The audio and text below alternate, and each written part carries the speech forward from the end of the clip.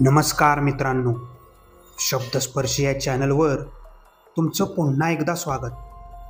आजच्या कथेचं नाव आहे डोह. लेखन मानसी गंगाल. कथा सुरू करण्याआधी जे कोणी या चॅनलवर पहिल्यांदा आले आहे त्यांनी पटकन चॅनलला सबस्क्राईब करून घ्या. चला तर मग वेळ न घालवता कथेला सुरुवात करूया. जोशी गुरुजी, हो जोशी गुरुजी, जोशी गुरुजी. महादू बेंबीच्या देटापासून बोंबलत होता. तांबडं फुटायला अजून अवकाश होता. महादूला काही दम निघत नव्हता. जोशी गुरुजी शाळेतले एकमेव मास्तर आणि ज्योतिषी सुद्धा. काय रे, का बोंबलतोस? मास्तर बाहेर येत म्हणाले. अहो, शेवंता सापडत नाही. म्हणजे? अरे काल तर भेटली होती, घराकडे जाते म्हणाली, मग गेली कुठं पोर? अहो कालपासून शोधतोय, आता तुम्हीच सांगा काहीतरी. मास्तरांनी झोळीतून पंचांग काढलं, प्रश्नकुंडली मांडली आणि मग अचानक त्यांचा चेहराच पडला. ती पंचांगाची गुंडाळी तशीच टाकून ते जंगलाच्या दिशेने पळत सुटले. त्यांच्या मागे महादू पळाला.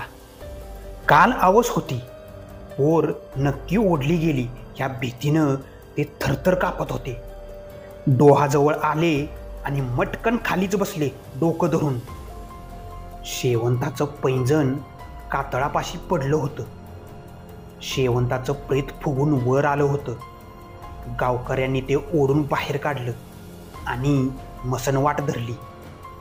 शेवंता सावळी भुरकट डोळ्याची, लांब केस, 14 वर्षाची परकरी पोर, महादूची भाची. आई बाप आधीच हिला टाकून गेलेलं, कारण ही 4थी पोर सांभाळायला जड झाली म्हणून महादूकडे सोडली. इथं सोडली तेव्हा जेमतेम 6 वर्षाची होती.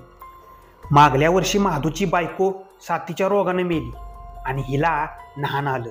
तेव्हापासून तिला महादू जास्तच जपत होता आणि आज अचानक ही गेली सोडून. महादू आरडत होता, रडत होता.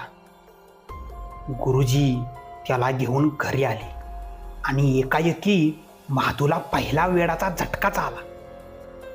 आज बरोबर 1 महिना झाला होता तिला जाऊन. महादूला वाटायचं ती येईल, बोलेल आणि तो डोहापाशीच जास्त रेंगाळू लागला. एक दिवस रात्र जशी पहिला प्रहर ओलांडून अजून गडद झाली तसं महादूचे झटके वाढायला लागले आणि एका बेसावध क्षणी त्याचा पाय निसटला आणि तो त्या डोहात पडला आणि कोणालाही कळलं नाही. कारण आता काजळ घालून नटलेल्या अवसेनं डोहाबाहेर पाय ठेवला होता. निपचित पडलेलं अरण्य दचकून जागं झालं होतं. बिळातली पिल्लावळ ऊर धपापत उसनं अवसान आणत गावाच्या दिशेने पळत सुटली होती. त्यातच एक रानडुक्कर गावाची वेस ओलांडून शेतात घुसलं. गावातला शिरप्या तसा हट्टा कट्टा गडी आणि अंधाराचं भय कधी वाटलंच नाही त्याला. कारण ही तसंच होतं. मसनातल्या राम्या आणि गण्याचं हे तगलेलं 5वं आणि शेवटचं पोर म्हणजे शिरप्या. अशाच एका पावसात त्याचा बाप या जंगलात गेला, तो कायमचाच. आणि पाठची 4 पोरं साथीच्या रोगाने मेली. मग एक दिवस रामीनंही जीव सोडला. तेव्हा शिरप्या फक्त 6 वर्षाचा होता. गावातल्या पाटलांनी पोटी पोर नाही म्हणून खूप नवस केलं. मग गावातल्या भक्तानं देवीला कौल लावला आणि पाटलाला सांगितलं, ह्या पोराला सांभाळा, म्हणजे ह्याच्या आईच्या आशीर्वादानं पोर होईल. नंतर तसंच झालं. हा घरी येताच वर्षात पाळणा हल्ला. तेव्हापासून हा पाटलाच्या काळजाचा तुकडा होता. आता चांगला तरुण पैलवानगडी झाला होता. तो शेतातल्या घरात राहायचा.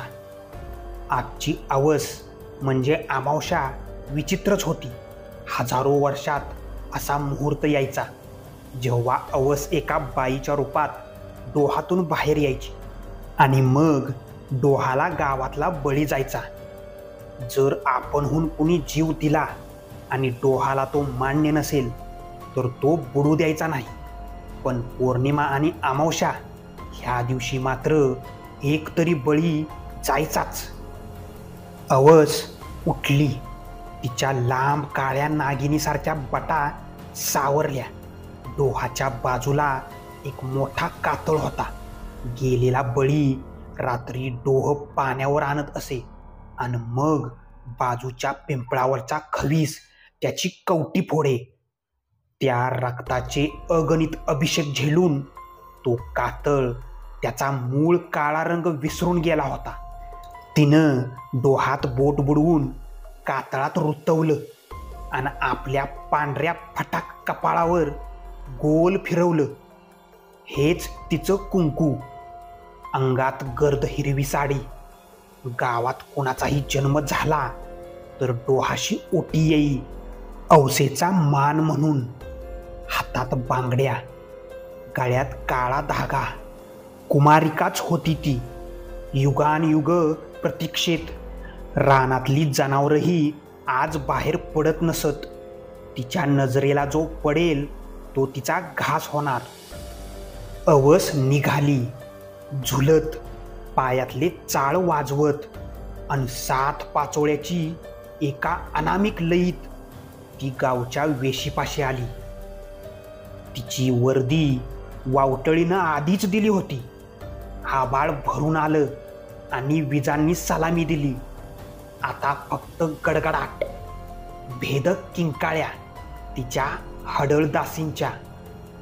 अत्यंत काळीज हेलवणारं वातावरण झालं होतं.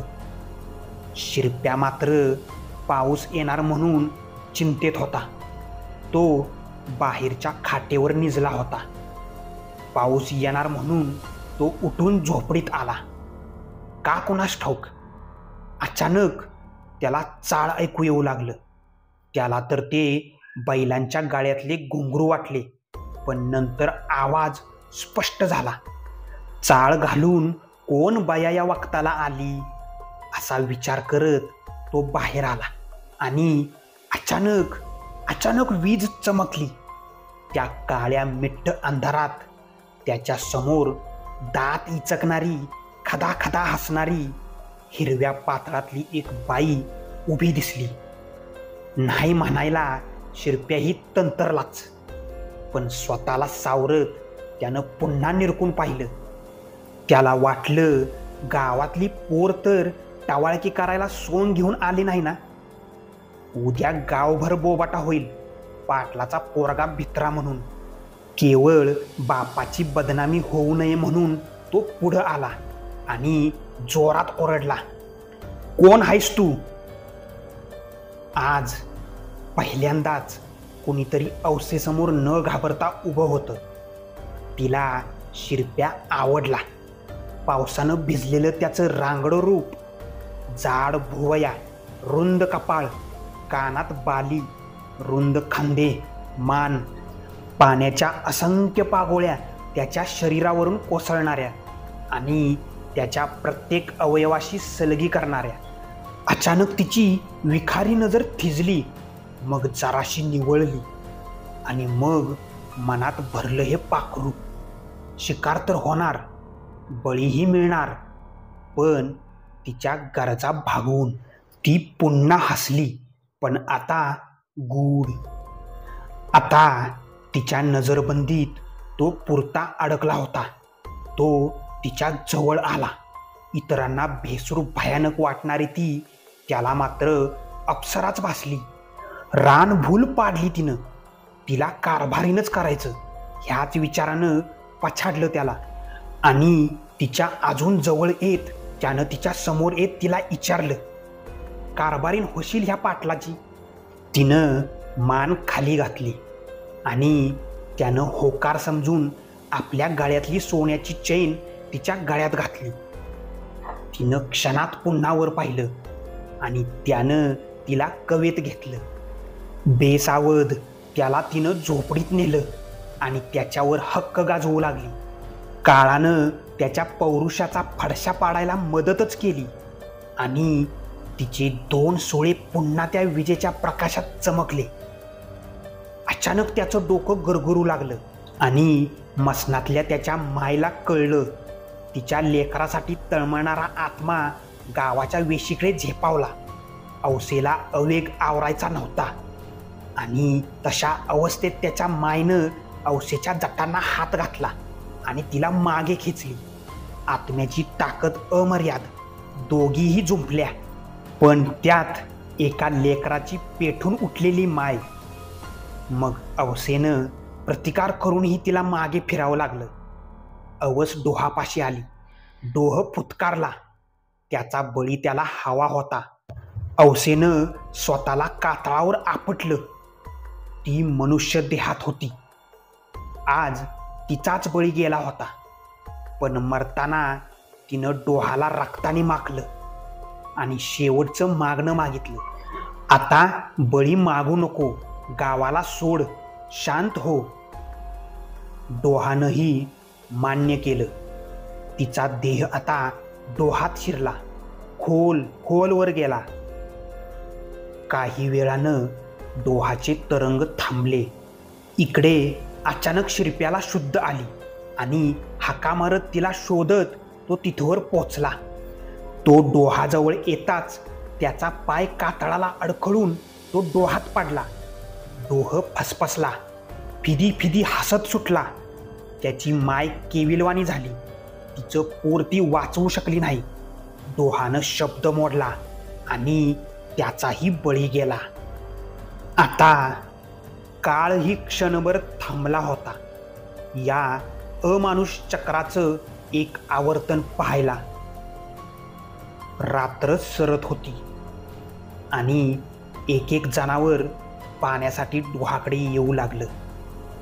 डोह शांत, स्थिर, गंभीर.